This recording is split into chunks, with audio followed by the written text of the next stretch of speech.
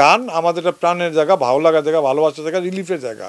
আমি কন্টিনিউয়াসলি মানুষকে ভয় দেখায় যাব, এটা তো হলে মানুষের ভালো লাগবে না। ভয় আসবে, ভালোবাসা আসবে, প্রেম আসবে, গান আসবে, রোমান্স আসবে, আবার ভয় আসবে। শুধু ভয় ভয় ভয় ভয় ভয় ভয় ভয়, এর কোনো ছন্দ নেই। এটা তাহলে হলো কি ডাম ডাম ডাম ডাম ডাম ডাম ডাম, এটা কোনো ছন্দ না, এটা কোনো ছন্দ না। ছন্দ হইল গিয়া ডাম ডি ডি ডা ডা ঢাম, একটা ছন্দ হইলো, একটা রিদম থাকতে হবে।